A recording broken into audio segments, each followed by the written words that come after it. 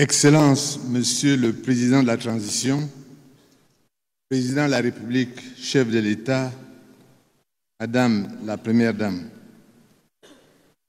pour la deuxième année consécutive, j'ai le plaisir, au nom du gouvernement et en mon nom propre, ainsi qu'en celui de mon épouse, de vous présenter à votre épouse, à tous ceux qui vous sont chers, mes vœux chaleureux de santé, de bonheur, de réussite et d'accomplissement tout au long de cette année 2025. Que cette année décuple la plénitude de vos capacités afin de vous acquitter encore plus efficacement de vos missions et de relever les défis auxquels notre pays doit faire face en étant animé, comme tout bon artisan qui a commencé son travail, par l'envie de bien le terminer. Monsieur le Président de la République, la cérémonie de présentation des vœux est devenue de fait le temps du bilan pour rendre compte de l'activité de l'année qui vient de s'achever, mais aussi celui de l'élan pour examiner les perspectives de l'année qui commence. L'année dernière, à la même époque, j'avais souhaité qu'en 2025, nous puissions être en mesure de constater que notre pays se sera sensiblement amélioré du point de vue de la restauration de ses institutions, qu'il sera sur le plan socio-économique sur la bonne voie pour étancher la soif de développement et de progrès des Gabonais. 2024 a effectivement été une année riche en initiatives, en réalisations et concrétisations, et ce, malgré un contexte budgétaire difficile. Permettez-moi de rappeler les temps forts de cette année avec ses réussites, les retards accusés, l'activité déployée. Dans le registre de la politique et des institutions, je relève que, sous votre autorité, Monsieur le Président, le gouvernement de la transition a conduit un dialogue national inclusif dont les conclusions ont servi de base à la rédaction de la nouvelle Constitution. Celle-ci a été soumise au peuple par voie référendaire et elle a été largement plébiscitée par les Gabonais qui y ont vu l'expression de leurs aspirations. Dans le prolongement, la réforme de la loi portant dispositions communes à toutes les élections dont le projet adopté en Conseil des ministres sera examiné à partir de demain par les assemblées parlementaires convoquées en session extraordinaire. À cette fin, s'inscrit dans la logique de ce retour à l'ordre démocratique. Ce quadrillage institutionnel s'achèvera logiquement avec la mise en place d'un nouveau découpage administratif et électoral ainsi que des lois sur le financement de la vie politique. Il faut se réjouir de ces évolutions, ces rendez-vous de choix pour l'avenir de notre pays et de la bonne exécution de ce volet qui constitue une étape majeure vers le retour à un ordre constitutionnel démocratique. Car s'il est vrai, comme l'estime Montesquieu, que le droit exprime les rapports nécessaires qui dérivent de la nature des choses, il est aussi le levier indispensable du changement que nos citoyens attendent. Je vais ensuite, dans le domaine de la gestion courante de l'État, mentionner les efforts déployés sous votre impulsion en 2024 afin d'améliorer au quotidien les conditions de vie des populations et contribuer ainsi à la prospérité collective.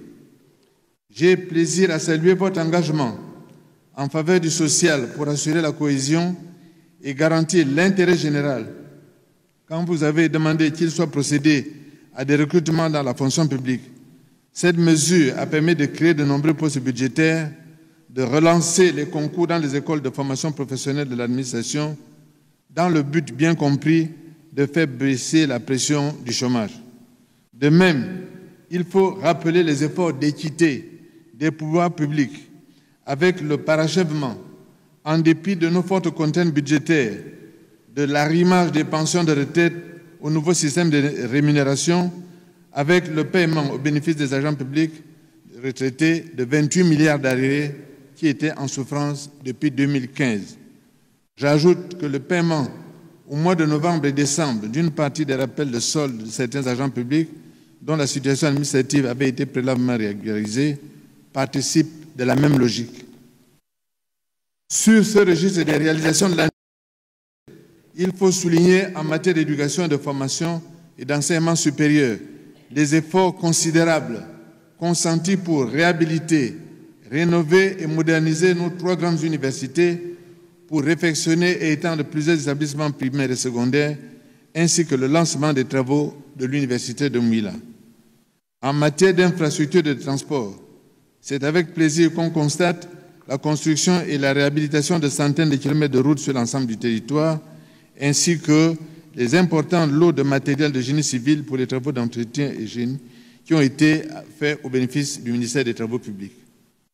On doit également relever, en matière de santé publique, l'amélioration de l'offre avec la construction et la réhabilitation de plusieurs infrastructures médicales, la réouverture des écoles provinciales de formation sanitaire, la digitalisation du système de santé, des gestions de données, la dotation de structures hospitalières en nouveaux équipements médicaux et le lancement des travaux de construction de nouveaux hôpitaux.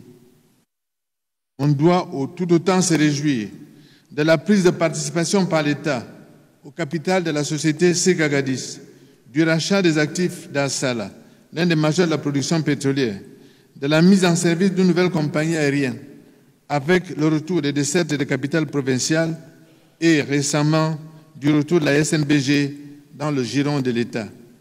C'est autant de dignité que de souveraineté dont il s'agit, et puisqu'il est question de dignité retrouvée et de dépendance réaffirmée, comment ne pas se réjouir ici de la mise en œuvre des programmes Un taxi, un emploi, un avenir, dont la première phase a été réalisée à Libreville, avec la dotation de plus de 400 véhicules aux jeunes en situation de précarité.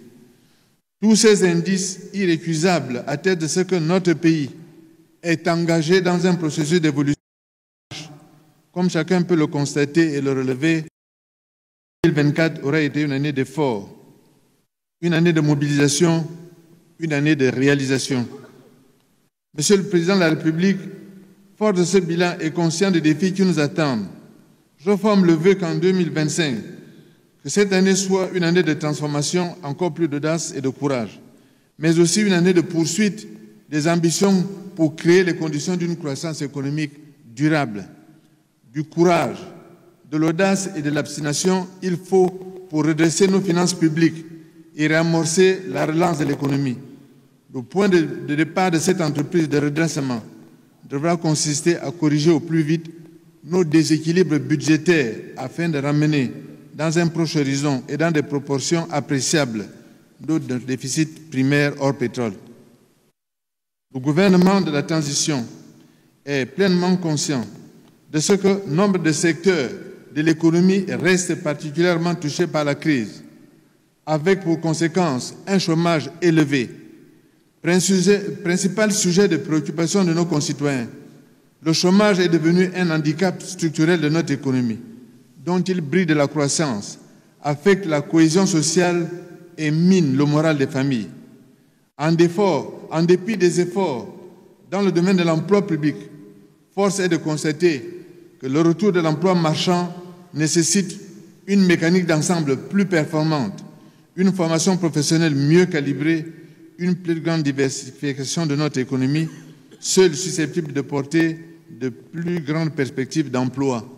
C'est donc un vaste champ de réformes qui doit s'ouvrir devant nous pour accroître le dynamisme du secteur privé, entendu que le secteur public a largement atteint les limites de sa saturation. Si nous voulons en effet une économie qui profite durablement à tous, la création de richesses par la diversification de notre base productive doit devenir en 2025 une priorité. L'ignorer revient d'être à bâtir sur le sable tout l'édifice de nos réformes. Il convient, en ce sens, d'encourager le développement des secteurs porteurs tels que l'agriculture, les mines, le tourisme et les services, tout en améliorant le climat des affaires. Monsieur le Président de la République, 2025 apparaît, conformément au chronogramme adopté, comme une année particulièrement chargée et marquée par l'organisation de l'élection du Président de la République ainsi que celle des députés, des conseils municipaux et départementaux ainsi que des sénateurs. Ces rendez-vous électoraux avec leurs conséquences politiques de grande portée, seront essentiels pour notre pays, puisqu'ils seront le signe encourageant du retour de la vitalité du suffrage pour répondre à l'ensemble des aspirations démocratiques de nos concitoyens. Le gouvernement de la transition aura naturellement à cœur que ces élections se déroulent dans les meilleures conditions possibles, afin qu'elles assurent au mieux l'harmonie de la vie démocratique. Cela m'amène à formuler un second vœu, celui de l'unité. Unité autour de nos valeurs propres, réaffirmées avec le nouveau corpus constitutionnel, mais aussi unité comme ferment du savoir-vivre ensemble. Cette unité sera l'une des forces qui permettra à notre pays de surmonter les difficultés qui ne manqueront pas de se dresser devant lui. Toutes ces actions dessinent un avenir meilleur qui a vocation à modifier la réalité d'aujourd'hui. Un avenir qui doit se concevoir à la lumière des grands défis de notre temps et s'inscrire dans le temps, notamment celui de la confiance citoyenne. Le poète Joseph Brodsky dit quelque part, comme une mise en garde ironique contre les effets de mode, je cite, « Celui qui ignore son temps restera au bord du chemin et sa prédication se fera dans le désert. » Fin de citation. Il importe ici que les acteurs publics soient à l'écoute de leur temps, attentifs aux changements pour être en mesure de procéder aux nécessaires ajustements que leur impose la conjoncture politique, économique et sociale de notre pays, ainsi que son environnement. Monsieur le Président de la République, le gouvernement de la transition continuera à exprimer la plénitude des missions que vous lui avez confiées de manière apaisée et ouverte. Antoine de Saint-Exupéry écrivait, je cite, « On ne comprend que le passé, on ne comprend pas l'avenir, on le fonde. » En 2025, sachons croire et construire un futur meilleur. Sachons imaginer et fonder l'avenir avec confiance, en portant un message empreint d'optimisme, non pas un optimisme naïf, mais un optimisme vigilant, un optimisme de volonté, pour paraphraser le philosophe Alain, l'optimisme qui nourrit l'espoir et nous aidera à tenir face à la richesse et à la difficulté de nos missions. Nous devons à nos citoyens, à nos concitoyens et aux générations qui arrivent pour soutenir une action politique à laquelle il est impératif qu'ils croient. Telle est, Monsieur le Président de la République, l'ambition qui anime le gouvernement et donne sens à son action. Vous pouvez compter sur l'énergie et la capacité de chacun de ses membres à se dépasser et à apporter le meilleur de lui-même pour que demain soit un jour plus faste pour nos concitoyens. Très belle et heureuse année 2025, Monsieur le Président. Que Dieu bénisse notre pays et accorde la grâce à ses populations. Je vous remercie.